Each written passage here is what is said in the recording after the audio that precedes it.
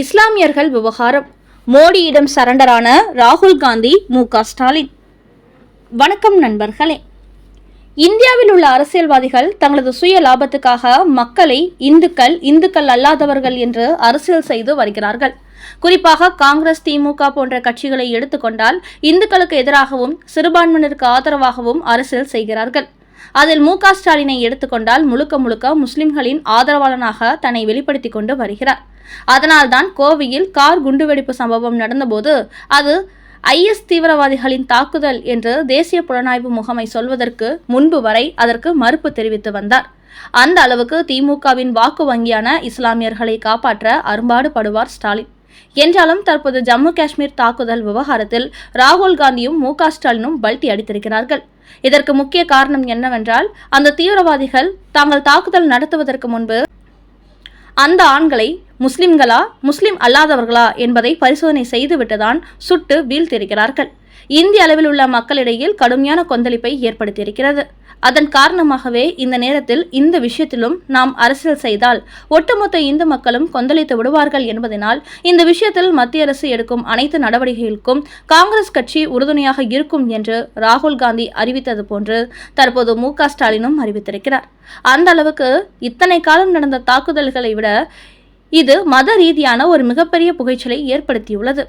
இந்த விவகாரத்தை மூடி மறைத்து விடலாம் என்று நினைத்தாலும் அதில் உயிர் தப்பிக்க வந்த பெண்கள் அங்கு மீடியாக்களை சந்தித்த போது இஸ்லாமியர்கள் இல்லை என்பதை தெரிந்து கொண்டே பிறகு அவர்களை கொன்றதாக சொன்னார்கள்.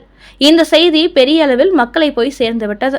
அந்த வகையில் இஸ்லாமிய தீவிரவாதிகள் அனைவருமே இந்துக்களை குறிவைத்து தாக்குதல் நடத்துகிறார்கள், இஸ்லாமியர்களை பாதுகாக்கிறார்கள் என்பதும் இதன் மூலம் உறுதியாகி இருக்கிறது. அதனால்தான் இனிமேல் பாஜகவை எதிர்க்கிறோம் என்பதின் பேரில் முஸ்லிம்களுக்கு ஆதரவாகவும் இந்துக்களுக்கு எதிராகவும் குரல் கொடுத்தால் இந்த நாட்டுக்குள் நமக்கான எதிர்ப்பு இன்னும் அதிகரித்துவிடும் என்பதனால் பாஜக எடுக்கும் அனைத்து நடவடிக்கைகளுக்கும் நாங்கள் உறுதுணையாக இருப்போம் என்று ராகுல் காந்தியும் மு.க.ஸ்டாலினும் அறிவித்துவிட்டார்கள். அது மட்டுமின்றி தற்போது பிரதமர் மோடி பாகிஸ்தானுக்கு சரியான அடி கொடுக்க வேண்டும் என்று தயாராகி வரும் நிலையில் அதை மட்டும் அவர் திட்டமிட்டபடி செய்து காட்டிவிட்டால் பாஜகவுக்கான ஆதரவு இந்தியாவில் உள்ள இஸ்லாமியர்கள் தவிர அனைத்து மக்கள் மத்தியிலும் அதிகரித்துவிடும் என்ற சூழலும் தற்போது ஏற்பட்டுள்ளது. இதன் காரணமாக காங்கிரஸ், திமுக உள்ளிட்ட கட்சிகள் இதை இப்படியே விட்டால் இந்தியாவில் முஸ்லிம்களுக்கும் முஸ்லிம் அல்லாதவர்களுக்கும் இடையே மிகப்பெரிய மோதல் வெடிக்கும். அதனால் சிறுபான்மையினரான முஸ்லிம்கள் இந்தியாவில் வாழ்வது கஷ்டமாகிவிடும் என்று ஜம்மு காஷ்மீர் இந்த தாக்குதல் சம்பந்தப்பட்ட தீவிரவாதிகளுக்கு எதிராக அனைத்து இஸ்லாமிய அமைப்புகளும் குரல் கொடுங்கள். அப்போதுதான் இங்குள்ள இந்து கிறிஸ்தவர்களுக்கு இஸ்லாமியர்கள் மீது பகை உணர்வு ஏற்படாது. இல்லையென்றால் இதுவே நாளுக்கு நாள் அதிகரித்து எதிர்காலத்தில் மிகப்பெரிய மோதலுக்கு வழிவகுத்துவிடும். குறிப்பாக இந்த விஷயத்தில் இந்துக்களும் கிறிஸ்தவர்களும் ஒன்று சேர்ந்து விடுவார்கள். அதனால் இதிலிருந்து தப்பிக்க வேண்டும் என்றால் ஒரே வழி, தீவிரவாதிகளுக்கு எதிராக அனைத்து இஸ்லாமியர்களும் குரல் கொடுக்க வேண்டும் என்று ராகுல் காந்தி மட்டுமின்றி மு.க.ஸ்டாலினும் இங்குள்ள இஸ்லாமிய கட்சிகளுக்கு ஒரு அவசர செய்தி அனுப்பி தீவிரவாத தாக்குதலுக்கு எதிரான செய்திகளை வெளியிட வைத்து வருகிறார்கள். அந்த அளவுக்கு இந்த விவகாரம் இந்து கிறிஸ்தவ மக்கள் மத்தியில் கடுமையான கோபத்தை ஏற்படுத்தி இருப்பதால் அதிலிருந்து இஸ்லாமியர்களை பாதுகாக்க வேண்டும் என்பதற்காக திமுக, காங்கிரஸ் போன்ற கட்சிகள் திரைமறைவில் தங்களது வாக்கு வங்கியை காப்பாற்ற வேண்டும் என்பதற்காக இப்படி ஒரு வேலையை செய்து கொண்டிருக்கிறார்கள். அடுத்த செய்தி. இடைக்கால தடையை உடனே நீக்க வேண்டும். சுப்ரீம் கோர்ட்டில் மத்திய அரசு பிரமாண பத்திரம் தாக்கல். மத்திய அரசு மக்களின் நலன் கருதி எந்த ஒரு சட்டத்தை கொண்டு வந்தாலும் அதை எதிர்ப்பதே எதிர்க்கட்சிகளின் வேலையாகிவிட்டது. அதிலும் தமிழ்நாட்டில் உள்ள திமுக, தமிழக வெற்றி கழகம் போன்ற கட்சிகள் வகுப்பு வாரிய சட்ட திருத்த மசோதாவுக்கு எதிராக உச்சநீதிமன்றத்தில் வழக்கு தொடுத்தார்கள். அதேபோன்று காங்கிரஸ் கட்சியும் தொடுத்தது. பல இஸ்லாமிய அமைப்புகளும் அந்த சட்டத்தை தடை செய்ய வேண்டும் என்று மனு தாக்கல் செய்தார்கள். இதையடுத்து உச்சநீதிமன்றம் இடைக்கால தடை விதித்திருக்கிறது. இந்த நிலையில்தான் இந்த வகுப்பு வாரிய சட்ட திருத்தம் எதற்காக கொண்டு வரப்பட்டது என்பதை உச்சநீதிமன்றம் புரிந்து கொள்ள வேண்டும் என்பதற்காக இன்றைய தினம் ஒரு பிரமாண பத்திரத்தை மத்திய அரசு தாக்கல் செய்துள்ளது. 1332 பக்கங்கள் கொண்ட இந்த பிரமாண பத்திரம் எதற்காக, அதன் நோக்கம் என்ன என்பதை உச்சநீதிமன்றத்திற்கு விரிவாக தெரிவித்துள்ளார்கள். குறிப்பாக இந்த வகுப்பு சட்ட திருத்த மசோதாவானது மத உரிமைகளை எந்த வகையிலும் பாதிக்காது. இது அரசியலமைப்பு சட்டத்தின் கீழ் உருவாக்கப்பட்டுள்ளது. வகுப்பு வாரியம் சொத்துக்களை நிர்வகிப்பது மற்றும் பாதுகாப்பு தொடர்பாக சட்டம்தான் இது. குறிப்பாக இந்த வகுப்பு சட்ட திருத்தம் என்பது ஒரு இஸ்லாமியர் தனது சொத்தை வகுப்பு வாரியத்துக்கு தடுக்கவில்லை. ஆனால் இஸ்லாமியர் அல்லாத பல தனியார் மற்றும் பொதுமக்களின் நிலங்கள் இந்த வகுப்பு வாரியத்தால் உரிமை கோரப்பட்டுள்ளன. இதுபோன்ற நாடு முழுக்க ஏராளமானோர் பாதிக்கப்பட்டுள்ளனர். இதை தடுக்க வேண்டும் என்பதற்காகவே இந்த புதிய சட்டம் கொண்டு வரப்பட்டுள்ளது. அதனால் இந்த சட்டத்தின் நன்மைகளை பற்றி தெரியாமல் இதை மத ரீதியாக பார்க்கக்கூடாது. இதற்கும் மதத்துக்கும் எந்த ஒரு சம்பந்தமும் இல்லை.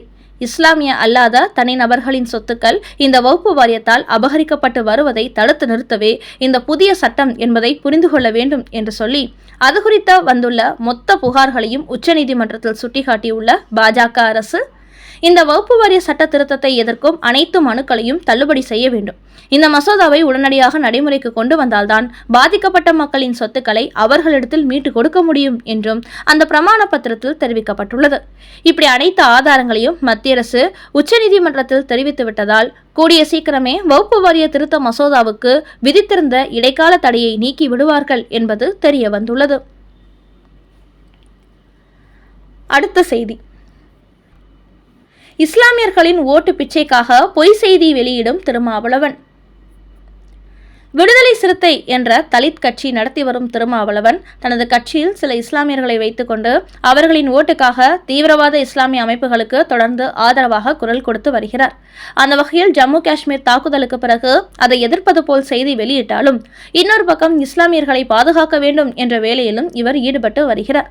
குறிப்பாக ஜம்மு காஷ்மீரில் தாக்குதல் நடத்துபவர்கள் ஆண்களை மட்டுமே குறிவைத்து தாக்கியுள்ளார்கள். குறிப்பாக அவர்களின் ஆடையை கழற்றி பரிசோதித்து பார்த்து அவர்கள் இஸ்லாமியர்கள் இல்லை என்பது தெரிந்ததும் தாக்குதல் நடத்தியதாக சொல்லப்படுகிறது. ஆனால் இது உண்மையில்லை. இதற்கு எந்த ஆதாரமும் இல்லை. அப்படி பார்த்தால் அங்கு குதிரை சவாரி செய்யும் ஒரு இஸ்லாமிய சகோதரரை சுட்டுக் கொண்டிருக்கிறார்கள். எனவே இந்த ஆதாரமற்ற செய்திகளை யாரும் நம்ப வேண்டாம் என்று திருமாவளவன் இன்று ஒரு செய்தி வெளியிட்டுள்ளார். அவரது இந்த செய்திக்கு சோசியல் மீடியாவில் கடும் கண்டனங்கள் எழுந்து வருகிறது. குறிப்பாக ஆண்களின் ஆடைகளை கலற்றி பரிசோதனை செய்த பிறகுதான் இஸ்லாமியர்கள் இல்லை என்பது தெரிந்ததும் அவர்கள் சுட்டதாக அந்த ஸ்பாட்டில் இருந்த அவர்களின் மனைவிகளே மீடியாக்களிடம் சொன்ன வீடியோ வெளியாகியுள்ளது. அதை திருமாவளவன் பொய் என்று சொல்கிறாரா? அந்த ஸ்பாட்டில் இருந்தவர்கள் சொன்னது உண்மையா? இல்லை, அந்த சம்பவம் நடந்தபோது சென்னையில் இருந்த திருமாவளவன் சொல்வது உண்மையா? இஸ்லாமியர்களை பாதுகாக்க வேண்டும் என்பதற்காக இப்படி பொய்யாக பேசுவதை நிறுத்திக் கொள்ள வேண்டும். இந்த விஷயத்திலும் திருமாவளவன் வாக்கு வங்கி அரசியல் செய்வது விட்டுவிட வேண்டும் என்று பலரும் அவரை எச்சரித்து வருகிறார்கள். அது மட்டுமின்றி பாகிஸ்தான் மீது இந்தியா தாக்குதல் நடத்தினால் அங்குள்ள இஸ்லாமியர்கள் பாதிக்கப்படுவார்கள், இந்தியாவில் உள்ள இஸ்லாமியர்கள் துடித்து போவார்கள் என்பதற்காக பாகிஸ்தான் மீது இந்தியா போர் தொடுக்கக்கூடாது என்றும் கோரிக்கை வைத்திருக்கிறார் திருமாவளவன். அதோடு பாகிஸ்தான் தீவிரவாதிகளுக்கு துணை போனால் போர் தொடுக்காமல் அவர்களை உலக நாடுகள் மத்தியில் அம்பலப்படுத்த வேண்டும், தனிமைப்படுத்த வேண்டும், போர் செய்வது தேவையில்லாதது என்றும் கூறி கடும் விமர்சனத்துக்கு உள்ளாகி இருக்கிறார் திருமாவளவன். ராகுல் காந்திக்கு உச்சநீதிமன்றம் விடுத்த எச்சரிக்கை.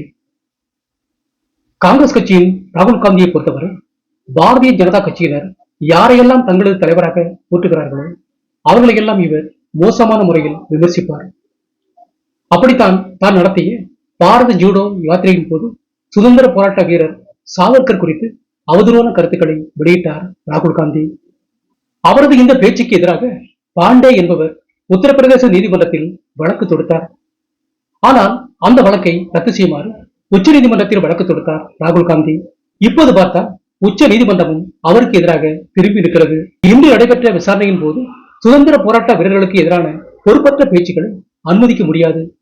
இப்போது சாவர்கர் பற்றி கூறும் ராகுல் காந்தி அடுத்து மகாத்மா காந்தி ஆங்கிலேயர்களின் ஊழியர் என்று கூறுவாரா? மகாத்மா காந்தி, சாவர்கர் போன்றவர்கள் நமக்காக சுதந்திரம் பெற்றுக் கொடுத்தவர்கள். அதனால் அவர்களை பற்றி தவறாக பேசுவதை நீங்கள் நிறுத்திக் கொள்ள வேண்டும்.